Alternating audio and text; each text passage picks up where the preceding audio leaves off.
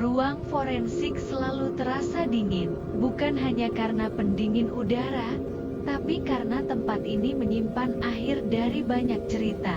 Malam itu, hanya ada satu jenazah di atas meja otopsi, seorang perempuan muda. Kematian sementara dicatat sebagai bunuh diri, tidak ada jeritan, tidak ada saksi, dan seharusnya tidak ada siapa-siapa lagi di ruangan itu. Namun di samping meja logam itu, berdiri seseorang. Wajahnya sama, rambutnya sama, tubuhnya sama, hanya satu yang berbeda. Kakinya tidak menyentuh lantai. Ia menunduk, menatap tubuhnya sendiri, seolah mencoba memahami bagaimana dirinya bisa berakhir di sana.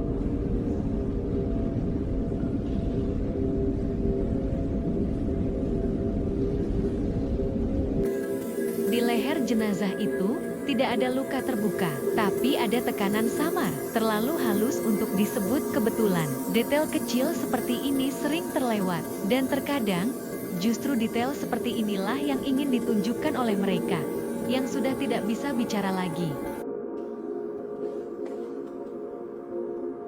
Dokter forensik itu merasakan sesuatu, bukan ketakutan, tapi perasaan.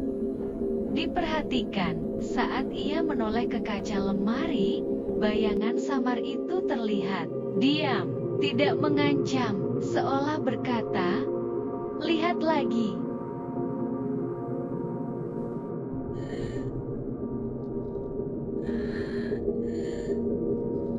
Malam itu, ia tidak sendiri. Di rumahnya, di ambang pintu kamar, sosok itu berdiri kembali. Masih menggantung, masih transparan. Wajahnya bukan marah, tapi memohon. Ia tidak datang untuk menakuti. Ia datang karena tidak tahu harus kemana lagi. Mimpi itu datang berulang. Seorang laki-laki membelakangi. Di jarinya, cincin pernikahan. Suara perempuan terdengar samar. "Kamu janji." Wajahnya tidak pernah terlihat, tapi perasaannya jelas. Ini bukan mimpi biasa, ini potongan kebenaran. Ia datang lewat mimpi, bercerita, menangis, menyebut satu nama, kekasihnya sendiri. Mimpi itu datang berulang, pesannya sama. Aku tidak mati wajar. Untuk terakhir kalinya, sosok itu muncul di ruang forensik. Ia menunjuk lehernya sendiri, pelan, tanpa kata. Setelah itu, ia memudar perlahan, seolah tugasnya sudah selesai. Keluarga akhirnya bertanya.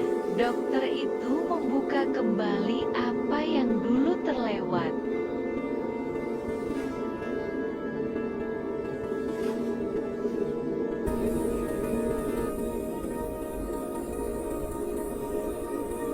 Bukan kecelakaan, bukan kematian alami, ada tanda kekerasan yang sengaja disamarkan.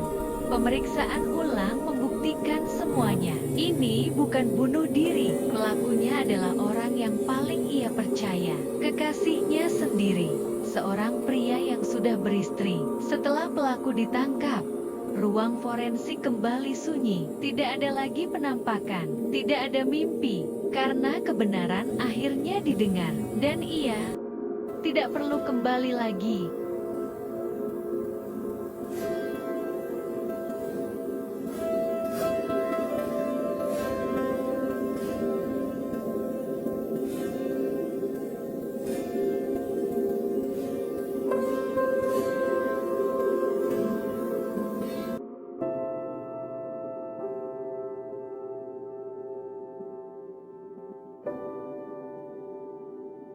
Setelah kebenaran mulai terungkap, ia tak lagi harus kembali